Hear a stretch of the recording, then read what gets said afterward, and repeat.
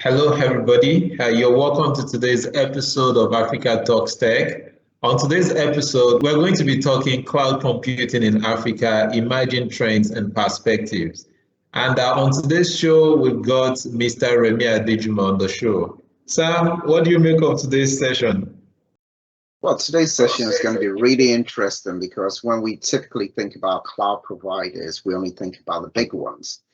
This is going into Africa and listening to someone talk about cloud providers locally set up to provide local cloud computing needs and complementing the bigger providers. It's going to be an interesting talk because Mr. Remi is full of a lot of great information. So without much of ado, kick back, sit back, and enjoy the rest of the show.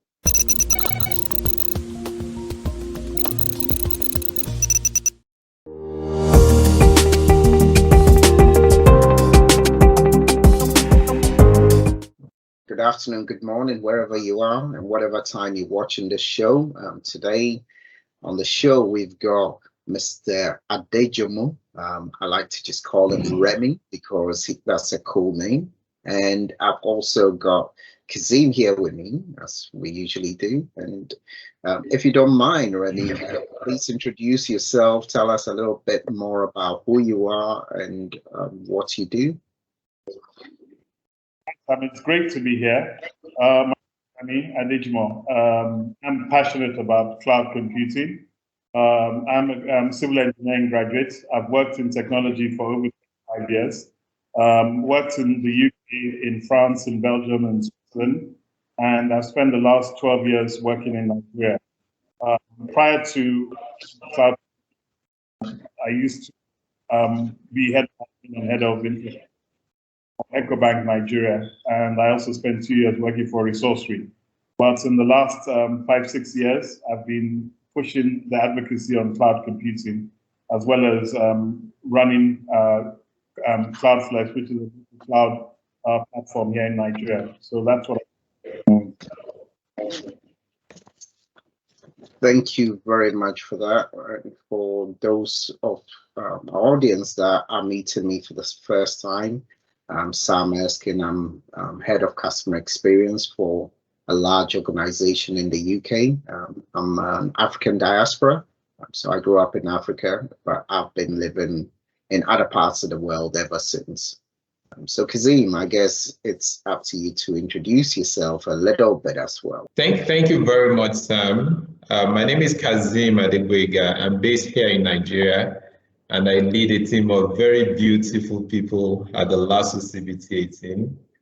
So, thank you very much, Mr. Remi, for joining us on today's episode of Africa's Top Tech. So, Sam, did you want to proceed with the first question for Mr. Remi? Yes, thank you very much for that kind introduction, Mr. Remi. The first question I have is really more around what is the state of cloud computing in the African market today, and what do you think the future holds for it? Okay, so what we have at the moment is that most of the African market is pointing towards Azure and AWS. So in my estimation, I think we have about 95% of the market pointing in that direction, rather than situating with the local companies here in Africa. Thank you very much for that. Just building on top of that, Kazeem, what would you follow up this question with? Because we are aware of the big providers, and Mr. Remi's just touched on the fact that we actually have local providers in Africa.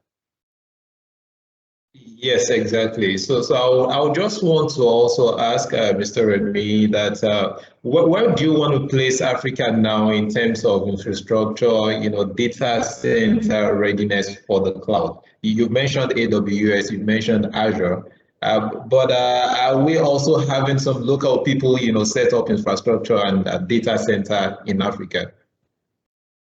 Okay, if we look at it Africa-wide, there are future centers. You've got South Africa, you've got Kenya, and you've got Nigeria. So with those three major centers, what you have in those countries is you've got a minimum of at least 12 to 15 data centers. Obviously, you've got a lot more in South Africa than you have in Kenya and Nigeria combined. So in those data centers, you then have the cloud platforms. So here in Nigeria, we have at least 5 or 6 cloud platforms in the data centers in Nigeria. Bearing in mind, we've got at least 12 data centers in Nigeria, and we've got a number of them still coming on stream. If you look at, just to sort of mention a point, that in Africa, the rest of the developed world see Africa from a technology standpoint as the next growth area, because they see a higher percentage of growth in Africa than they see in America or in Europe. So you find that there's attention put to Africa from that point of view in every one of the sectors. And to show a case in point, that's why there's a heavy investment from Google with their subsidiary called Equiano, and the one from Facebook that's called Two something. I've forgotten what that's called as well. That's coming in 2024. Google is going to come in this year. So those investments would not come in, or you would not have the focus on Africa if there wasn't that potential growth or the potential of the African market.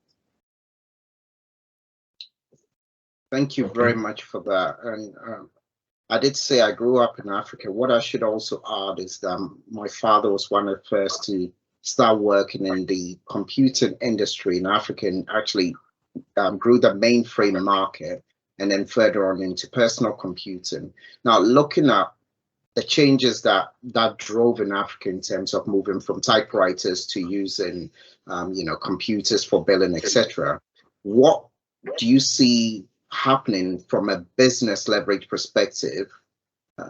Those that are investing in the cloud from Africa, companies and businesses that wasn't present, in the past. So if you look at it, and I think I will answer it this way: what is the usefulness of cloud computing in technology or in the advancements of technology? The usefulness and the benefit of it is the cost that you have and the economy of scale. By moving into the cloud, what you're doing is that you're creating a cheaper platform than what you would for your infrastructure than what you would have in-house. So there's a natural logic as to why you have cloud computing. It's not so. This is not just a developed country idea that you're moving to Africa. It's something that more for us than them, because of the problems we have, infrastructural problems we have, problems in terms of power, problems in terms of we have a lower GDP per capita than you have in the Western world. So we have buying power.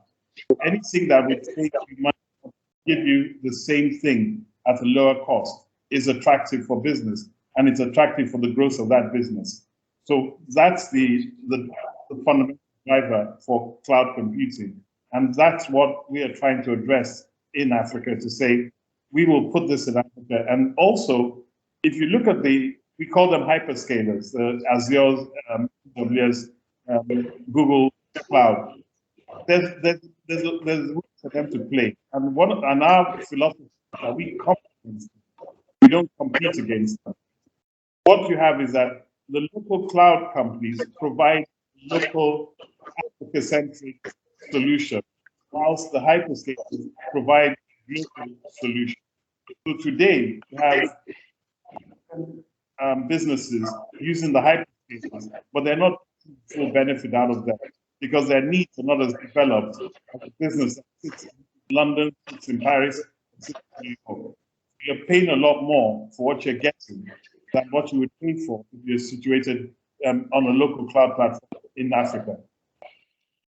Thank you. So, Kazeem, if I may just little clarification point. Thank you very much for that, Mr. Rem, because that's helped me to understand it. So effectively, when we talk about the local cloud businesses in Africa, they are similar to the fintech industry, where it's tailored to assist the African business owner to meet the needs in the African market versus the hyperscalers that are much more broader and have more of an international reach. Yeah, absolutely, absolutely. Okay, thank you, Sam, and thank you, Mr. Remi, for the response to the question. So you just touched on cost a little bit because I believe that's one thing. Some of the businesses now they're still having some cold feet about migrating some of their workloads to the cloud. Perhaps we want to say because of they are scared that are they going to end up paying more in the cloud versus still doing things the way they are doing it now. But I would like you to give your take on this or share a little bit more light on this now. Can you give some examples of how cloud is fast tracking innovation in Africa today, and perhaps how some of the startup companies can leverage on cloud computing? Sure. You see, if you take the first part of the question and you look at the cost, what you call the cost vis-a-vis on-premise to cloud. If you look at on-premise, what we have in the cloud, if you're going to replicate that in your office, it's going to cost you a lot more money because the power, if I'm providing power, by the way, power is provided by the data center, not by the cloud platform. So the data center providing the power is providing power to, let's say, 1,000 people. Somebody providing power for 1,000 people is going to do that much cheaper than you can provide for yourself. It's just an economy of scale. The same thing goes for the cooling, because you have precision cooling. You're not just using your standard air conditioning. You need to have the UPSs and inverters because you have to have a bridge. When power goes, something carries it in an emergency before you switch over to the other power. Even from a maintenance point, that's the way data centers work. They have the inverter and UPS as a bridge. Those things are incredibly expensive. I mean, these guys are using 100, 200, 300 batteries just to run the whole infrastructure that they have. So that economy of scale means that, and what they say is the total cost of ownership, your infrastructure is 70% cheaper in the cloud than on-premise. That's a given thing. The next thing you look at, when you compare the cost of the hyperscalers to us in Africa, we match their prices or do better than their prices. One of the key differences is that the hyperscalers charge you for taking your data off the platform. We don't do that in Africa. So that's a running cost that you never quantify, and it's dependent on the intensity of your business that determines how much you spend on that. So when you look at a startup, one of the problems with the fintech is that everybody wants to do their own thing. And that's a huge problem if your platform is not big enough, that your cost of infrastructure is small in comparison to your startup cost. So just for an example, if you're running $1 million business, it doesn't make sense to go and put in $2 million of infrastructure when you can take the same infrastructure and just pay a fraction of it, especially when you find that a lot of startups is speculative. So why are you owning assets that you're not sure how much you're going to use, how you're going to change or evolve into something? And that's the benefit of that. That's the agility and the elasticity. Those are the words used in cloud computing to say the advantages over a sort of capex spend and trying to build your own infrastructure from the ground up. And there's a speed to market because the platform's there already. You don't have to spend money on it. So that's the advantage to a fintech, that you can get a lot from the platform, far more than doing it yourself. Oh, okay. Sam, you still got some follow-up question for Mr. Remi? Well, I do have a slightly different question. It's still part of the follow-up. So we've talked about infrastructure, we've talked about the opportunity. We do know that we do have governance challenges in Africa. So in terms of regulatory reforms, what would you like to see happen on the continent that can help local cloud providers not necessarily just compete with the bigger providers, but to ensure that you can provide the same assurance as some of the larger providers do that is specific to your market?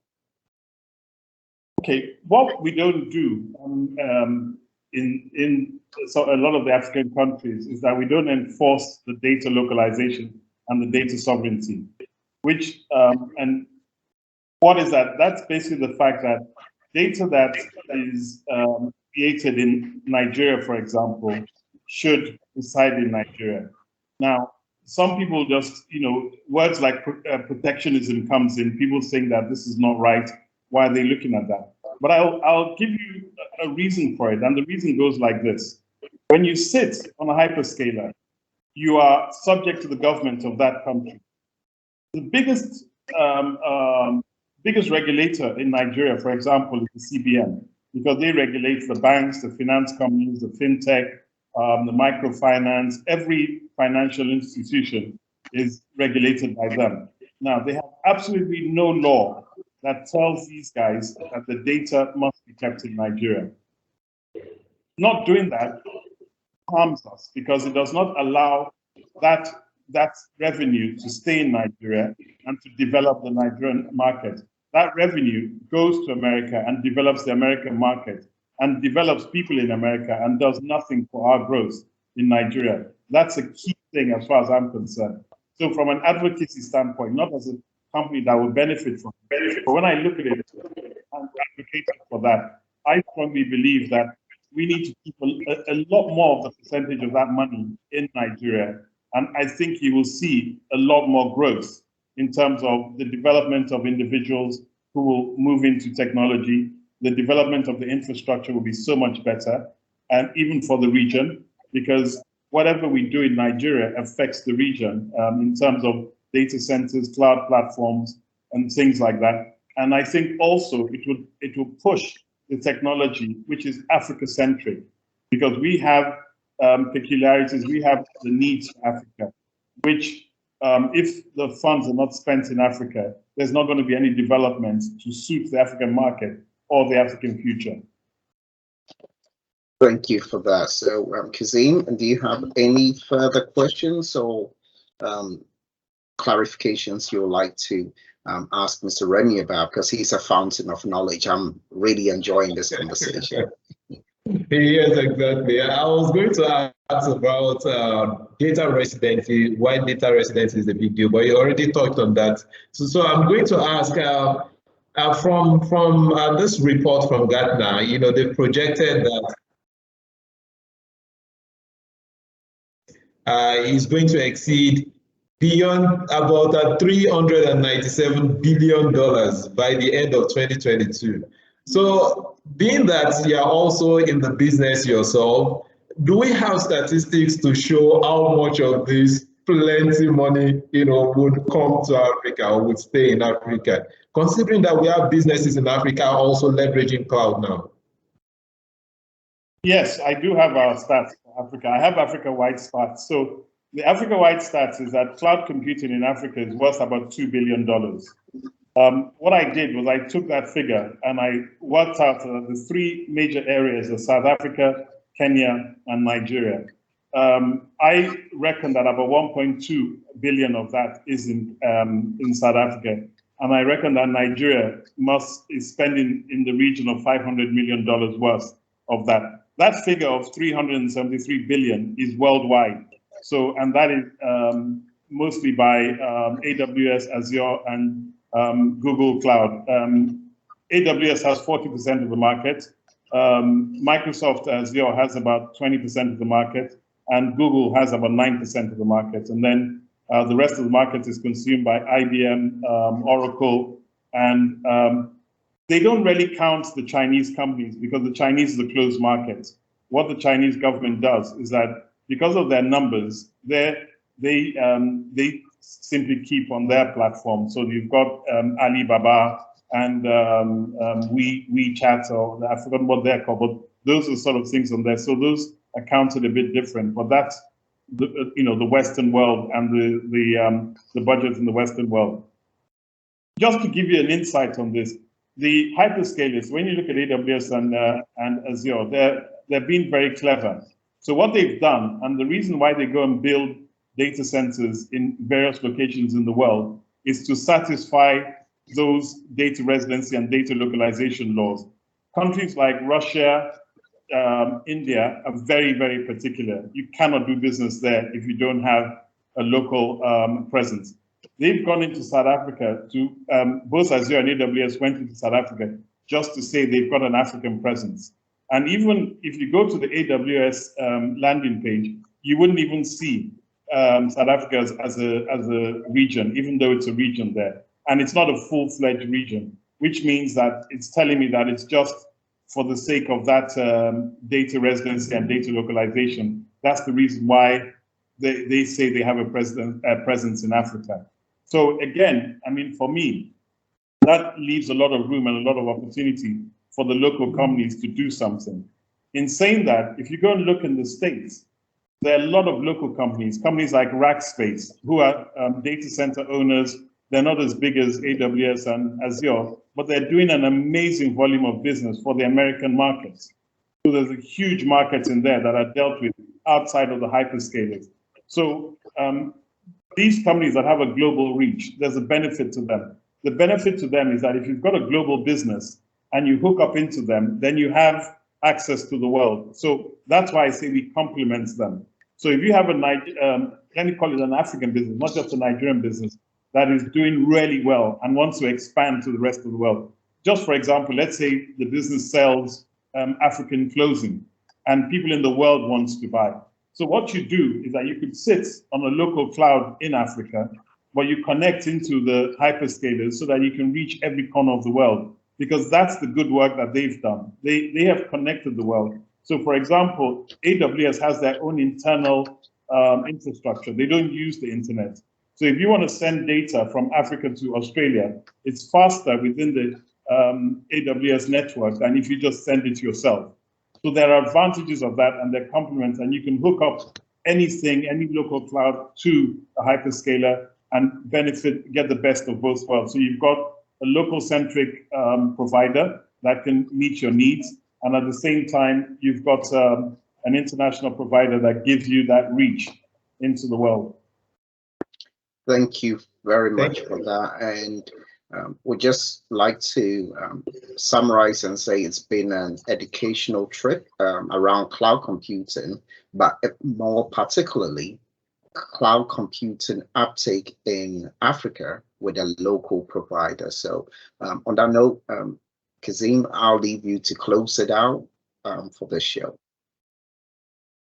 Okay, so I just want to say a very big thank you again to Mr. Remi for joining us on today's episode of the show. So I'm just going to push it again to Mr. Remi to, say a final word, and, we can say bye-bye now. Yeah, so thank you so much for the chat. I really appreciate the opportunity to share some thoughts about cloud computing in Africa and the development of it.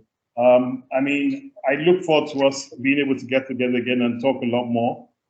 There's a lot to talk about machine learning, to talk about artificial intelligence, to talk about the translation of languages, because I think that's another way of getting Africa connected more to the world, that you have an ability that somebody can talk in their local language and communicate in business with somebody on the other part of the world.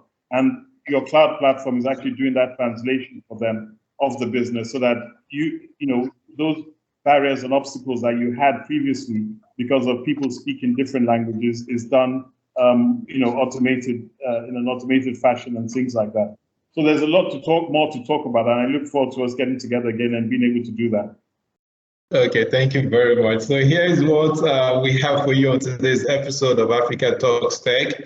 So be kind enough to join our channel on YouTube. So it's Africa Talks Tech on YouTube, where you can also have a rewatch of our previous episodes. So we'll draw the curtain here today. So continue to keep safe until next time. So it's bye-bye from myself and Sam. And bye-bye, and thank you very much, Mr. Remi, and chat to you soon. Thank you so much.